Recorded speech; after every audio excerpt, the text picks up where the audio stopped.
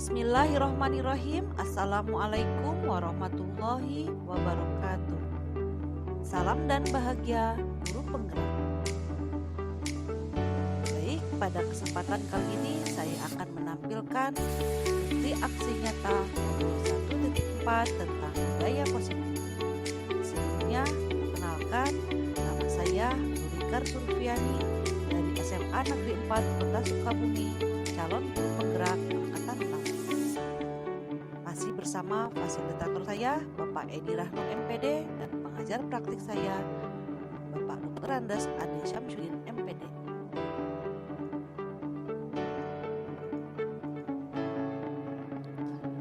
Rancangan tindakan aksi nyata. Adapun latar belakangnya yaitu murid tidak menyukai peraturan karena selama ini jika mereka melakukan pelanggaran maka akan mendapatkan hukuman dan cenderung dapat mempermalukan dirinya.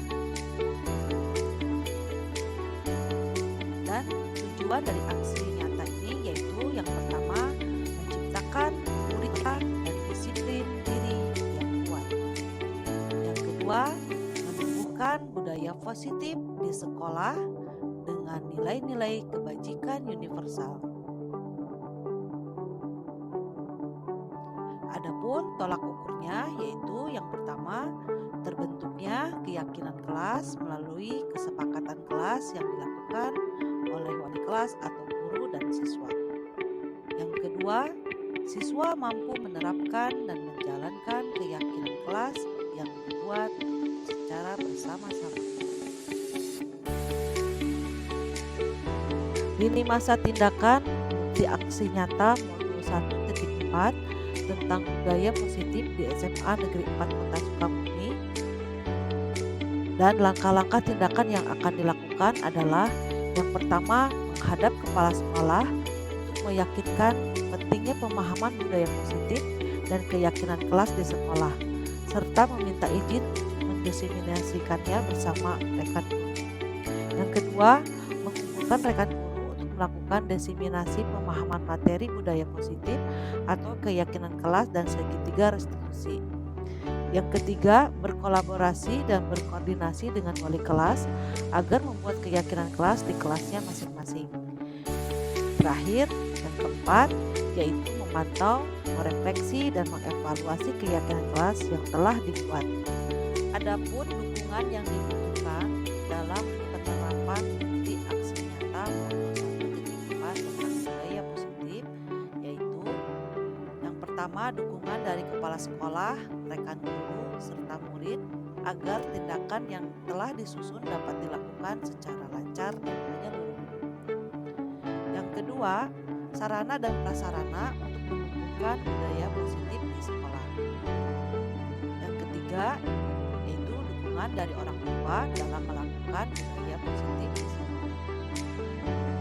Berikut bukti aksi nyata modul 1.4 tentang budaya positif yaitu pada kegiatan diseminasi bersama rekan guru di SMA Negeri 4 Kota Sukabumi yang dilaksanakan pada hari Rabu tanggal 2 November 2022. Kegiatan ini dibersamai oleh Wakil Kepala Sekolah Bagian Kurikulum dan Wakil Kepala Sekolah Bagian Humas.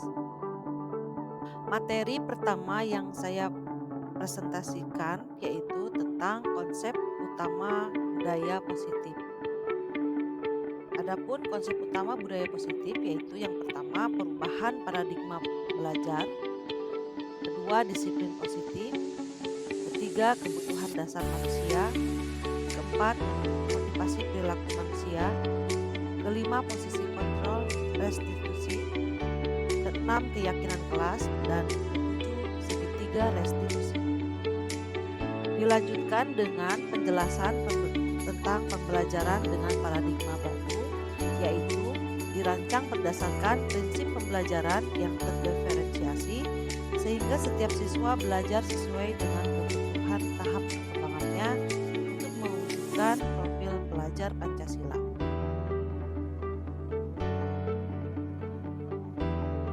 Kemudian penjelasan tentang disiplin positif yaitu Dalam budaya kita, makna kata disiplin dimaknai sesuatu yang dilakukan seseorang pada orang lain untuk mendapatkan kebutuhan. Kita cenderung menghubungkan kata disiplin dengan ketidaknyamanan. Sebagai pendidik, tujuan kita adalah menciptakan anak-anak yang memiliki disiplin diri sehingga mereka bisa berperilaku dengan mengacu pada nilai-nilai kebijakan universal dan memiliki motivasi intrinsik, bukan ekstrinsik. Disiplin positif merupakan salah satu cara penerapan disiplin yang bertujuan untuk menumbuhkan kesadaran, memberdayakan anak untuk melakukan sesuatu tanpa teguran, ancaman, maupun hukuman. Selanjutnya, penjelasan tentang kebutuhan dasar manusia.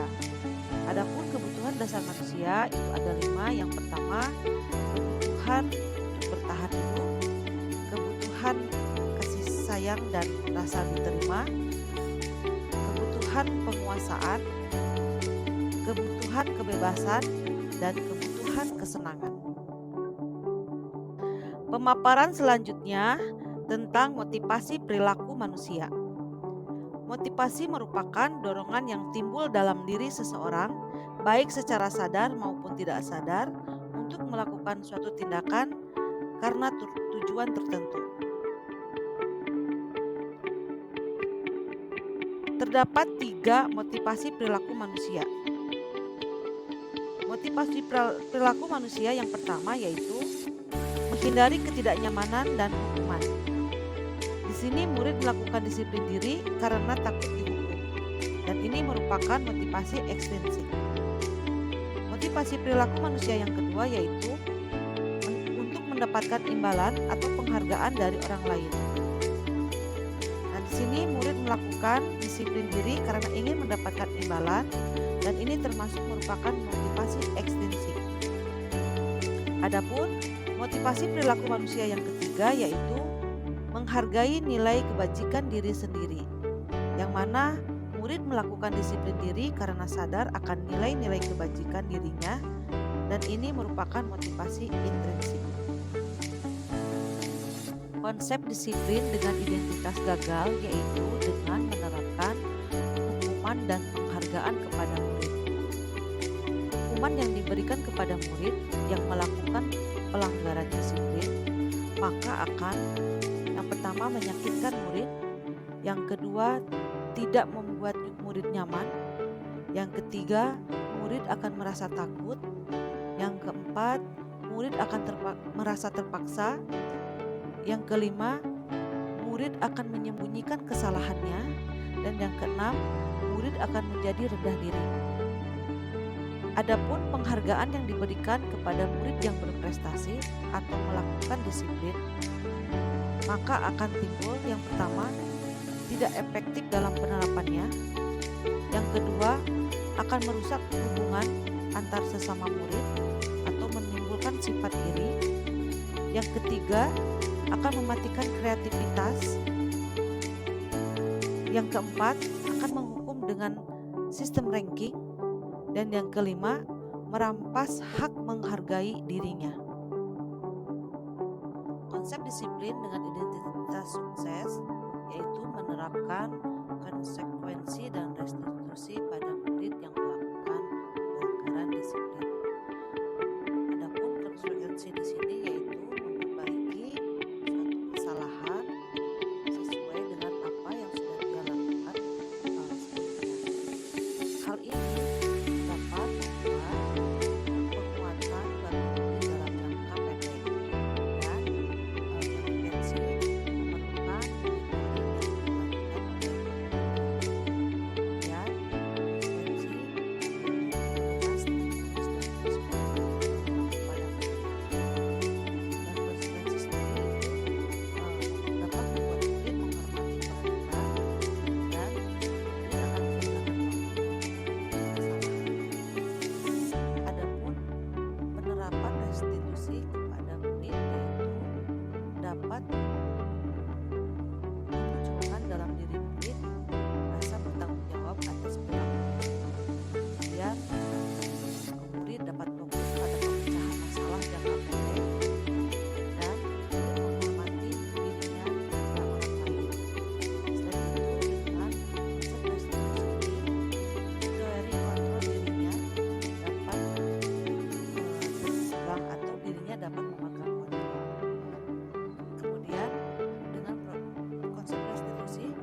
tidak akan bersemangat memperbaiki kesalahannya.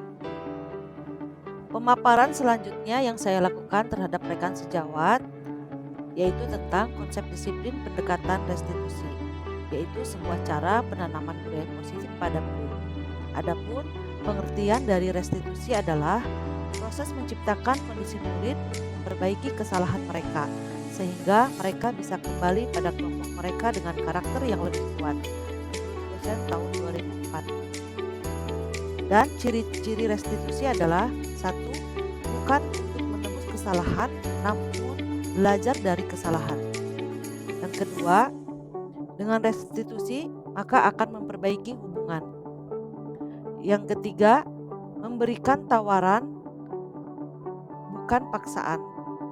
Yang kelima, menuntun untuk melihat ke dalam diri. Keenam, mencari kebutuhan dasar yang mendasari tindakan. Ketujuh, fokus pada karakter bukan tindakan. Dan yang kedelapan, menguatkan dan fokus pada solusi. Mari kita lihat perbedaan dari hukuman, konsekuensi, dan restitusi melalui sebuah contoh kasus, yaitu siswa yang sering tidak mengerjakan tugas.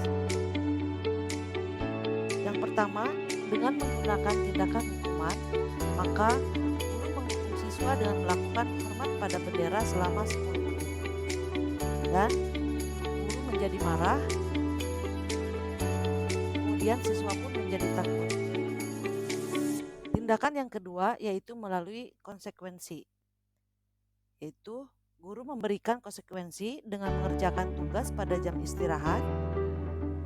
Guru menjadi tegas dan siswa menghormati peraturan. Adapun tindakan yang ketiga yaitu restitusi, yaitu menanyakan keyakinan kelas dan membantu siswa menyelesaikan masalahnya, dan guru menjadi terbuka, kemudian siswa pun menjadi menghormati dirinya dan juga orang lain. Selanjutnya, contoh penerapan 5 posisi kontrol, yaitu pada kasus siswa tidak memakai atribut sekolah ketika upacara bendera. Adapun 5 posisi kontrol tersebut yaitu yang pertama sebagai penghukum, yang kedua sebagai pembuat rasa bersalah, yang ketiga sebagai teman, yang keempat sebagai pemantau, dan yang kelima sebagai manajer. Dari kelima posisi kontrol tersebut, maka yang paling ideal yang harus dilakukan oleh seorang guru yaitu posisi kontrol sebagai seorang manajer. Pemaparan selanjutnya disampaikan oleh rekan CGP saya yaitu oleh Mr. tentang bagaimana cara pembentukan keyakinan kelas. Yang pertama, keyakinan kelas harus dibuat lebih abstrak dari peraturan. Kemudian yang kedua, keyakinan kelas harus berupa pertanyaan yang universal. Yang ketiga, keyakinan kelas dibuat dalam bentuk positif. Yang keempat, keyakinan kelas harus sedikit saja agar mudah diingat. Dan yang kelima, keyakinan kelas dibuat sesuai dengan kondisi kelas dan sekolah agar mudah diterapkan. Adapun langkah-langkah kegiatan dalam membuat keyakinan kelas itu, siswa dan guru berdiskusi tentang peraturan kelas.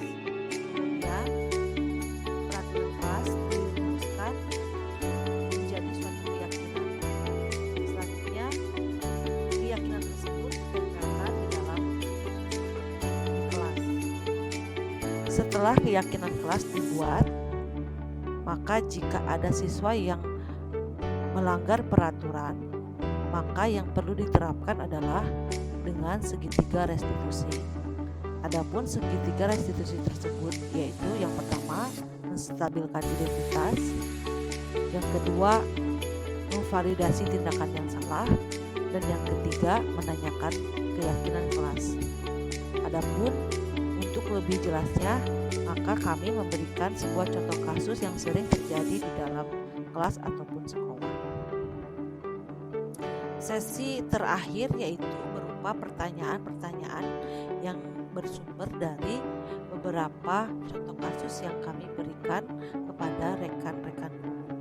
Hal ini tujuannya yaitu untuk lebih memahami bagaimana penerapan segitiga restitusi di dalam kelas. Alhamdulillah, kegiatan diseminasi di SMA Negeri 4 Sukabumi pada hari Rabu tanggal 2 November 2022 berjalan dengan lancar dengan waktu kurang lebih 60 menit. Semoga apa yang kami berikan dari pemahaman dan pengalaman yang pernah kami dapat bermanfaat untuk rekan guru semuanya, khususnya di SMA Negeri 4 Kota Sukabumi. Ya, jadi tulis apa keinginan kalian, harapan kalian, mimpi kalian untuk kelas ini atau di kelas ini dalam mata pelajaran pendidikan agama Islam. Kemudian nanti kita rangkum menjadi suatu kesepakatan atau keyakinan kelas.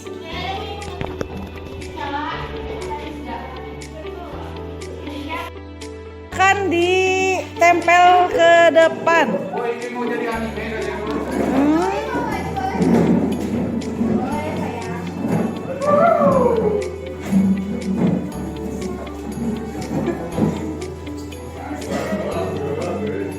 Yang rapi ya, yang rapi di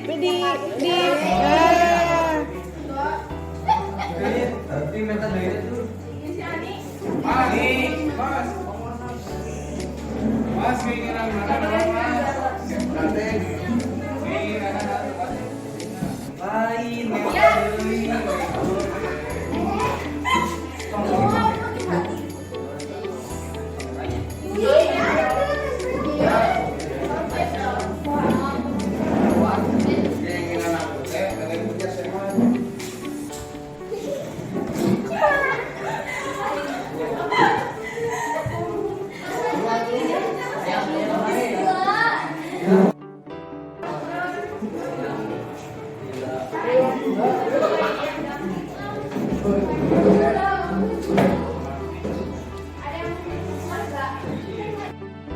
Kan masuk ya.